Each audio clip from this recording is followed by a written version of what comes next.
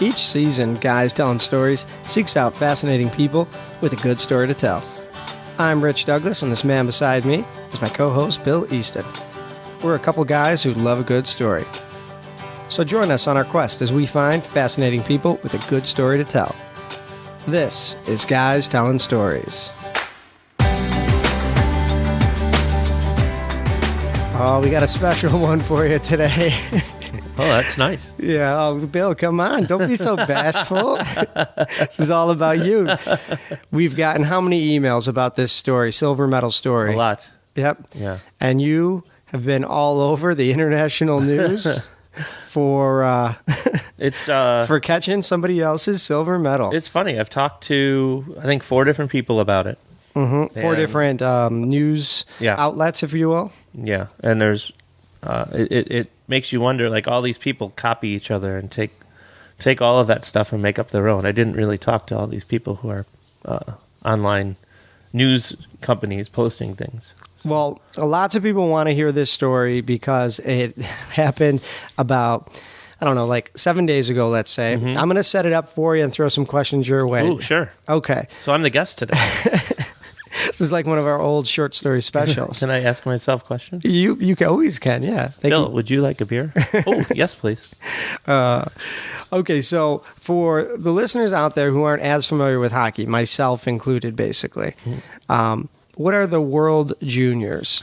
World Juniors is an under-20 tournament of basically junior hockey players. So you have the world's best countries competing in a 10-team tournament, and those players most of them are already drafted to NHL teams.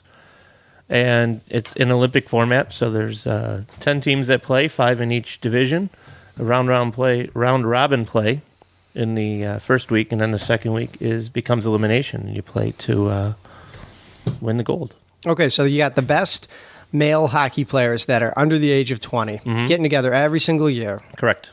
Some of these guys are professionals in their own country. Some of these guys are NHL stars already, and they play for basically the rights of, like, who's the best in the world. Right. There's very few that are actually in the NHL. Some have played a few games, but most of them are in their junior teams or their minor league teams or overseas playing for their country in their leagues. Okay. But most of them are drafted. Okay, so for the case of this story, too, you're just a fan in the stands, That's right? true.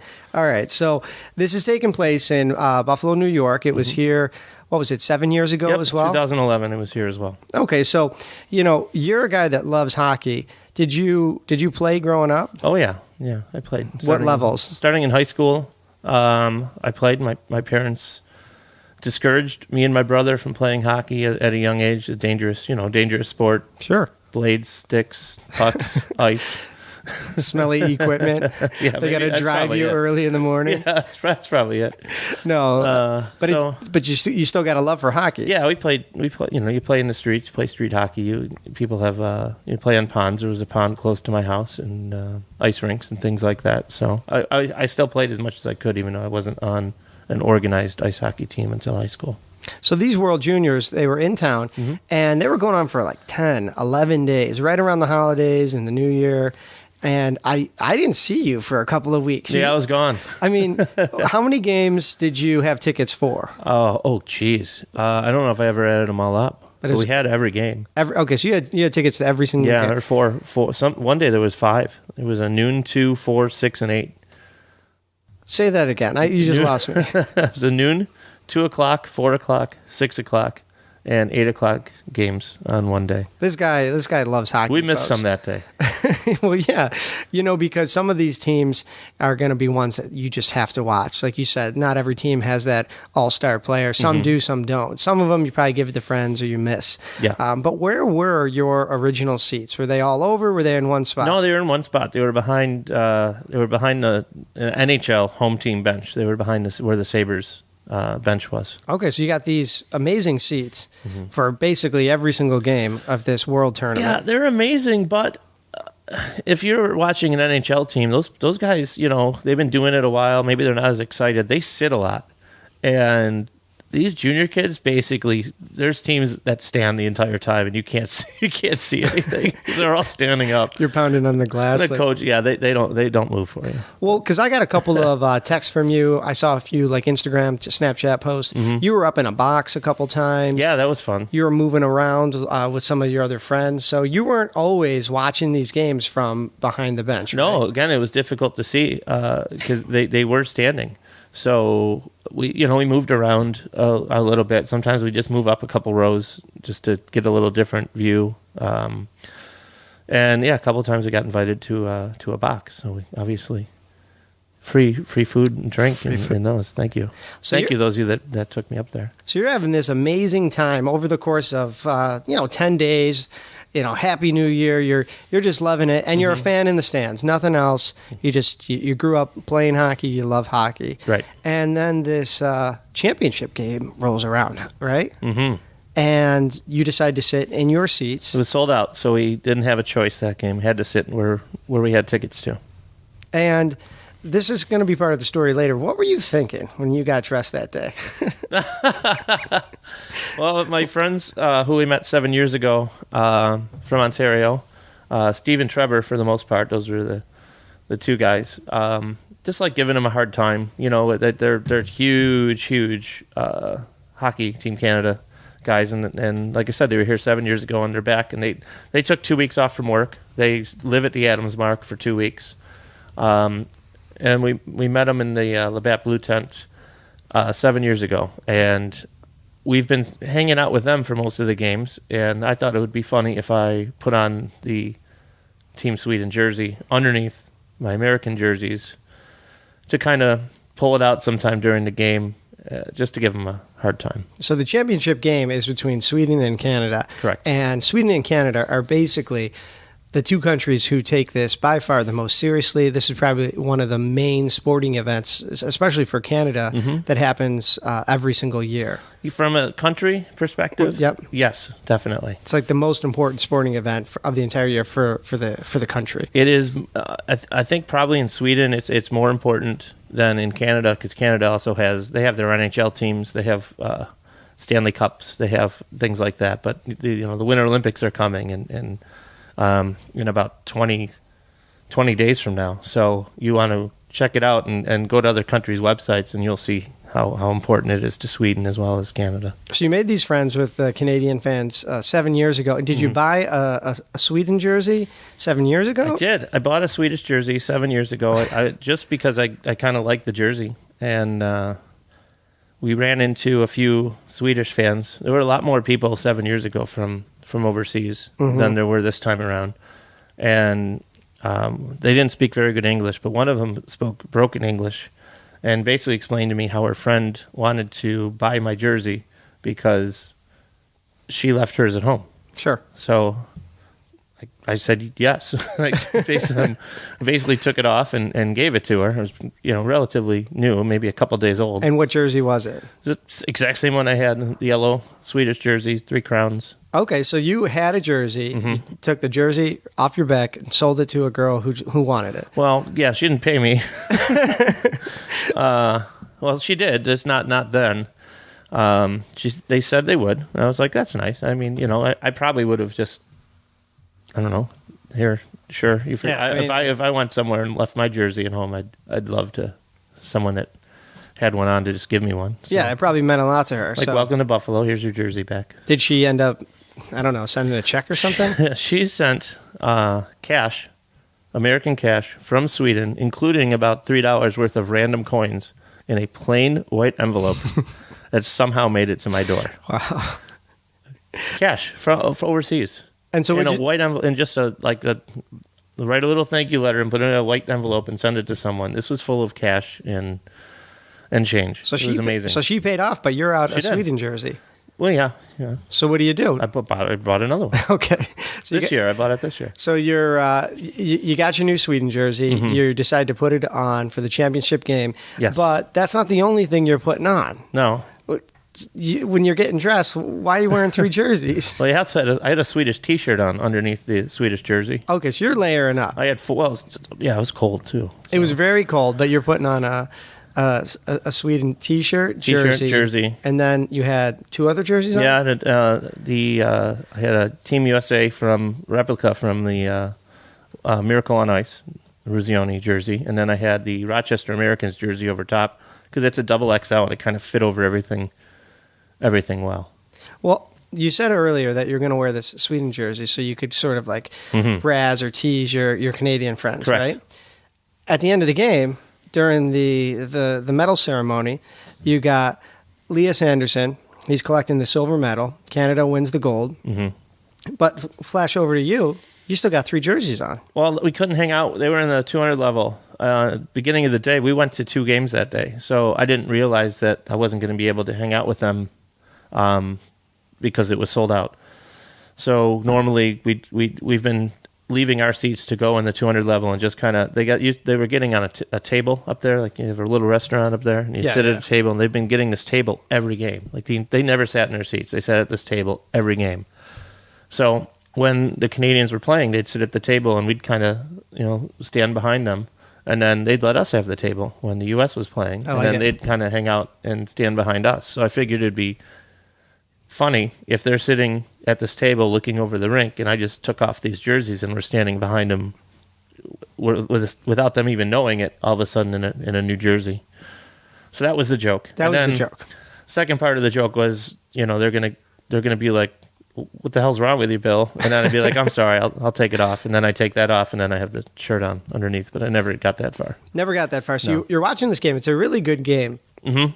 And Canada ends up winning. 3-1, I think. And so what happens next?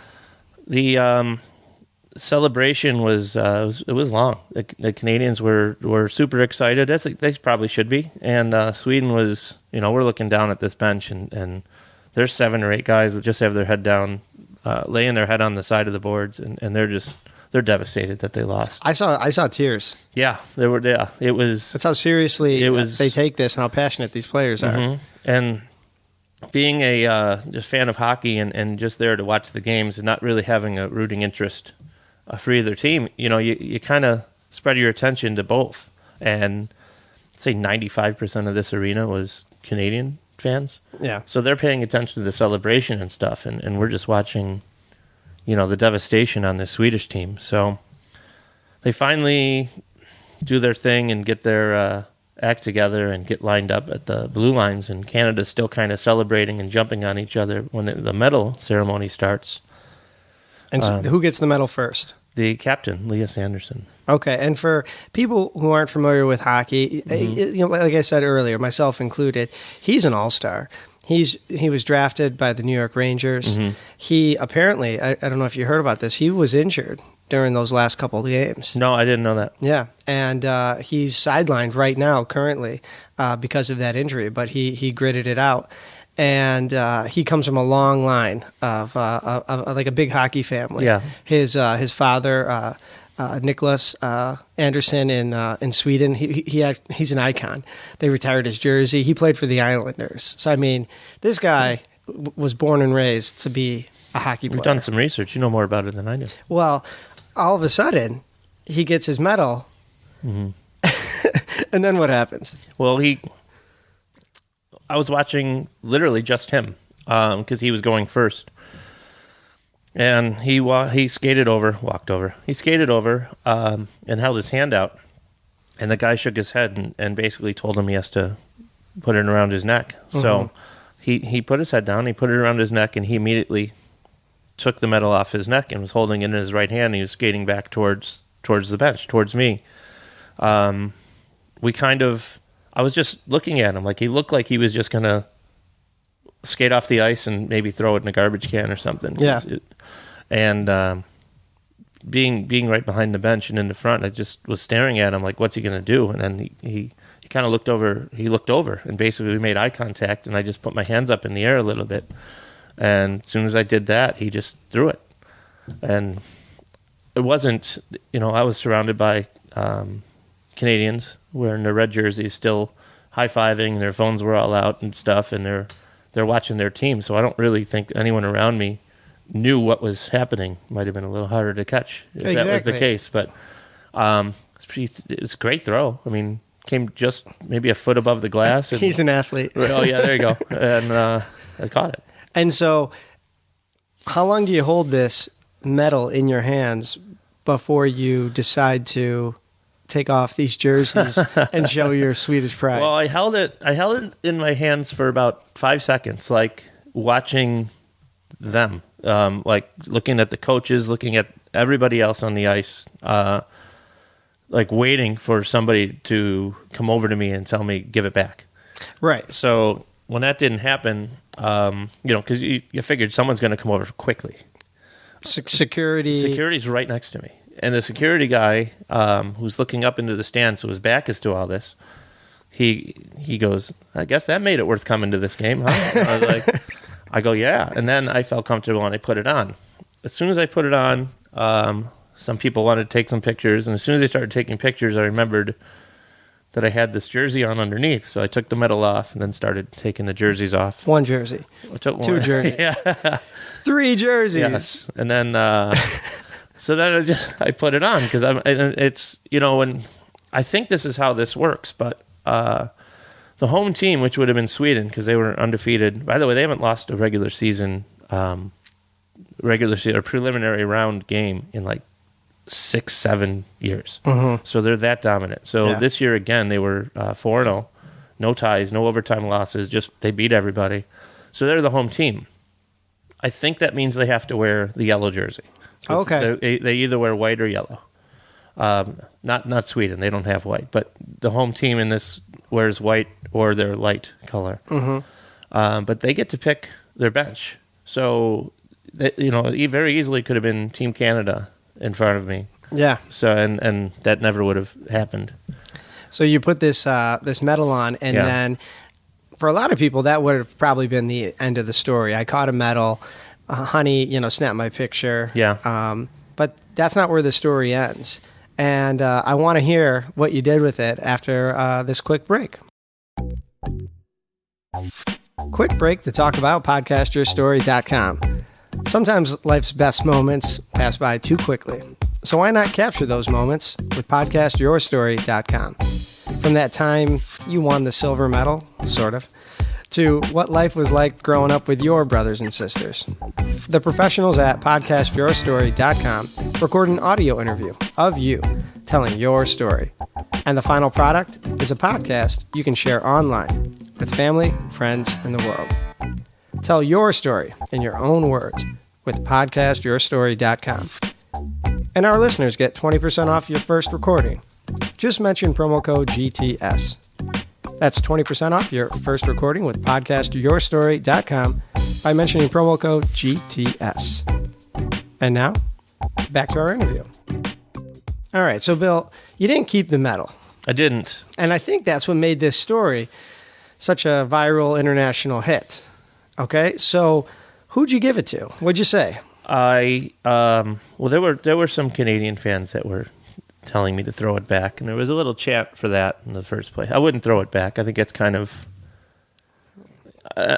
now I just disrespected the medal as well. Like I'm sure the hockey league wasn't thrilled that he threw it away in the first place. Mm-hmm. I'm not going to throw it back. So I asked that same security guard to basically switch me and another group so I can get to their little walkway that takes them from the bench to the dressing room, and just got one of the trainers and basically told him that I'm sure he's going to want this back someday, and made sure that he knew I was giving it back.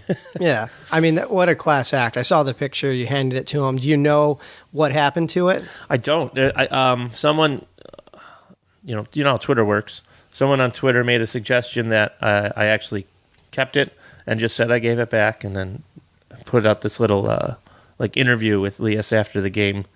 Someone asked him if he's happy that he got it back, and he basically didn't know what. I don't know if he didn't understand the question. He speaks pretty good English, so I'm sure I don't think he got it back yet. Okay. And that was after he changed out and everything. So I don't really know what happened to it. I do know that they have it, and a Swedish newspaper called me I want to hear about a this. few days ago, and he told me that he did get it back. Okay. So one of the things you probably regret is giving it back, and let me explain why. Mm-hmm. You don't understand how many free drinks you would have gotten that night. Oh, I got him. If you would have walked around wearing a silver medal. I might have got a little more. Well, this is the best part because, you know, all the news stories, the newspapers, the TVs, that the story's over for them. And we get to kind of dig a little bit deeper here. So later that night, what happened? Went to, well, my Canadian friends kind of knew what happened right away. They didn't. It took them a second to figure out because I changed jerseys on them. So, like, even though the joke didn't work, it kind of did. Oh, because it worked. It worked. Yeah, because after the Swedish jersey was there and they could see across from where it was, someone said that's Bill, and he's like, no, Bill wasn't wearing a Swedish jersey. So I still got him. Yeah. But we went to the bar, Adams Mark, where the guys were staying because they're leaving the next day. Yeah. I almost got them to stay for a Bandits game. I was real close. Yeah, just turn it into a 2-week-long vacation. Why not? Everybody there knew who I was. It was all of a sudden? Absolutely insane. Are you wearing the Swedish jersey? I'm back to the shirt I had on in the first place because it was a long walk. It was freezing. It was maybe -4 that night. So, I walked in, and once you started getting warm, I wore all this stuff so I wouldn't have to wear a coat also. So it's not like I'm not going to stand in this bar that's 70 degrees wearing stripped a down t-shirt. to here we go again. I got to take the freaking jerseys off, and then. Did you take them off again that night? I had no choice. It was hot.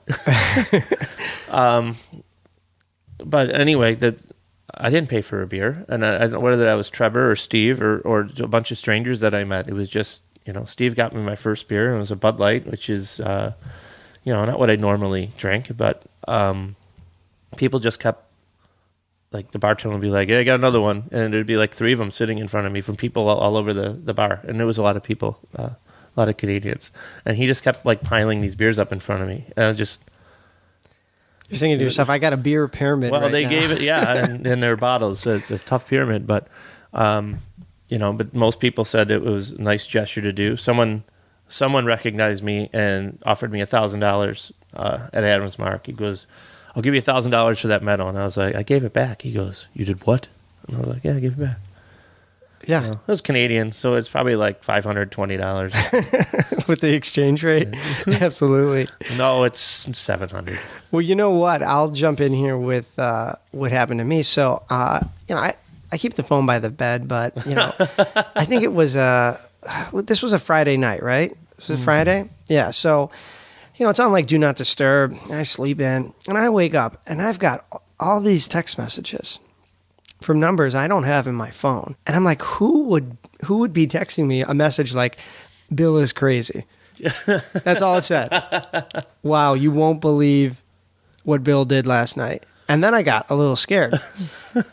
But our buddy Darren, who we go to haircuts with, he sent me this screenshot of you putting on the medal. So I do a little research, and I think to myself, like, oh man, what a lucky guy. It's like if you caught like a ball at a baseball game, kind of like, oh well, isn't that great? Just his luck. I had no idea what was going on behind the scenes. And so that's what I wanted to ask you about. Like, we went out on a brewery tour that day. We had a great time. Yeah.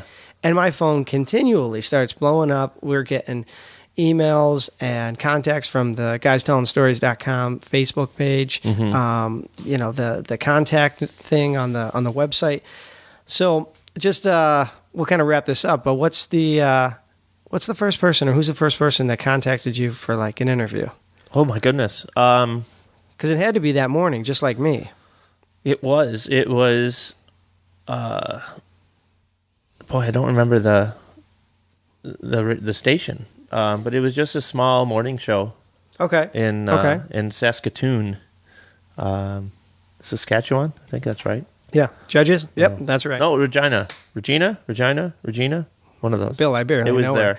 Okay. I don't know. It was a long couple. I was exhausted from that week of just going to hockey and drinking with these guys and everything. So I mean, you stayed up pretty much, till I'm guessing 2, 3 we in the were out morning. till 3 in the morning. And then is your phone, are they calling? Are they emailing, texting? It was insane. I think for considering how unpopular hockey is in America, how many people in America saw that was, and friends of mine that night was incredible. So, it was like 48 hours of just people telling me what I was on and what I was doing. And I was like, so what was your response to the story going viral? It's just a freak coincidence that everything played out. I mean, it's kind of cool. It gave us some attention, which I tried to put onto our podcast, into the 11-day power play that we're doing again, so that there was a, let's do this for a good reason. And it was nice of TSN and a couple other places to promote that. Yeah, it's always cool to hear somebody, try to get in touch with you. And I guess I'm qualifying it by saying they asked you for a quote. But there was Canada's largest television network making a request. And I was in on those emails. Yes, you were. And they needed to do it at our podcast studio because it was going to be video. Yes. And we have those capabilities. So walk me through that interview, just the behind the scenes. Oh, boy. I know you had to tell the story. Yeah. But because you were going to be on camera, how'd you prepare and what'd you do? I didn't prepare because, we were out, like I told you, we were on a brewery tour, the brew bus, and I haven't slept much, and this was going to be early in the morning on Sunday. So I didn't really prepare for much. I knew what they were going to ask, obviously, but I've never seen CTV news. You don't watch the Canadian news. So I don't know who this guy is interviewing me. I've never been asked to do an interview like this before, so it went pretty smooth. But I might have insulted the guy when I thought I was not live mic, and I made a comment how, this guy sounds like he's 80 years old. And then there's no one says anything. Then I say something else like, when is this going to air? Well, yeah, and then all of a sudden this lady pops up and she tells me, and I was like, she must have heard the 80-year-old thing too. She definitely did. They are so efficient. When we talk to our guests for the podcast, they're like joining the Guys Telling Stories family, in my opinion. Yeah, I agree. I want to be friends with you on Facebook. If you got a cool story in the future, we'll catch up with you. Mm-hmm. We're not reporters by any means. These guys were like, hi, Bill. Yep. You're going to be clear. Okay. Please hold. All right. We got a black screen here, and then Brad's going to come on. Okay. And then you tell your story, and they're like, hey, and there's no thank you. Nope. There's no like, hey, that was great. We're clear. Click. We're clear. Hang up.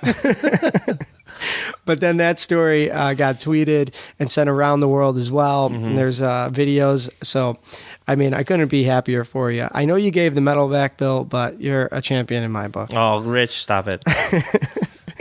Well, guys, I hope you enjoyed Bill's story. We probably ran a little longer than expected, but it's a long story. Yeah, it's not every day that is 7 years in the making, and somebody goes viral for something that generally the entire world said, "Hey, what a guy! Nice job!" And it was all about. It wasn't about catching it. It was about giving it back. So, this Elias Anderson, I'm sure he's going to blossom into a great player, great leader. Hopefully not that great. He's a Ranger. Well, we'll see in the future if we can ever get him on the show. I did look up tickets to Sweden. Like airfare? Yeah, it is so expensive. Oh, I bet. Yeah, it's not even in the cards. That expensive, huh? Yeah, it's not in the cards. All right, maybe down the road. But I can tell you in the past week, our podcast downloads from Sweden are up there? Oh, yeah. That's awesome.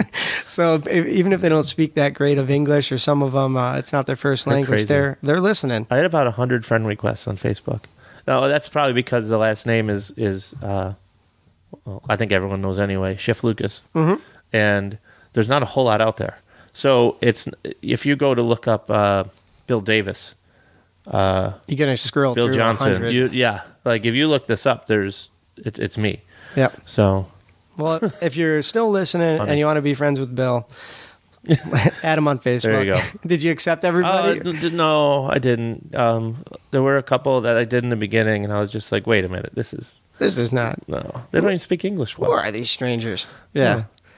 Well, we hope you enjoyed this special edition of how Bill won his silver medal. I want to thank Wally and Mike and Trevor and Steve and all the guys that came down and for all the beers. And good times. Thank you, guys. Well, Bill, we haven't done one like this in a while, but this was really cool to have you be the spotlight, and I'm sure the fans liked it. If you got any questions for Bill that we didn't ask, just put them in the comments section or send us a tweet. And Bill, thanks for doing the show. Hey, thanks for having me. That's funny. All right. As always, I'm Rich Douglas. I'm Bill Easton. Until next time.